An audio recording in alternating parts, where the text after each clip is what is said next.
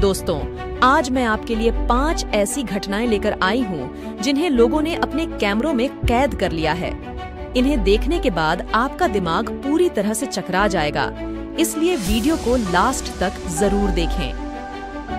1. Octopus इन sky.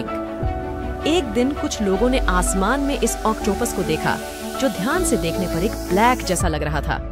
बाद में पता चला कि यह कोई ऑक्टोपस नहीं, बल्कि असल में एक पतंग थी जिस पर बच्चे भी थे। 2. पेमन। इस डायमंड को लोगों ने एक चर्च के टॉप पर देखा, जो दिन के उजाले में बादलों में छड़ जाता है। ये एक मूवी की शूटिंग के लिए वहां लगाया गया था। 3. Pot working cloud. क्या आपने कभी बादलों को जमीन पर चलते हुए देखा है?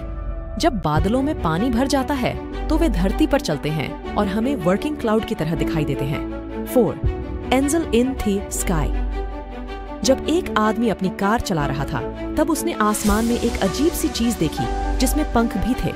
क्या यह सचमुच एक एंजल थी या फिर कोई डायमंड? इसके बारे में कई राय हैं। 5. गाय। मॉस्को में एक दिन बादलों में एक अजीब सा बदलाव देखा गया, जिसे लोगों ने अपने कैमरों में कैद किया और इंटरनेट पर पोस्ट किया।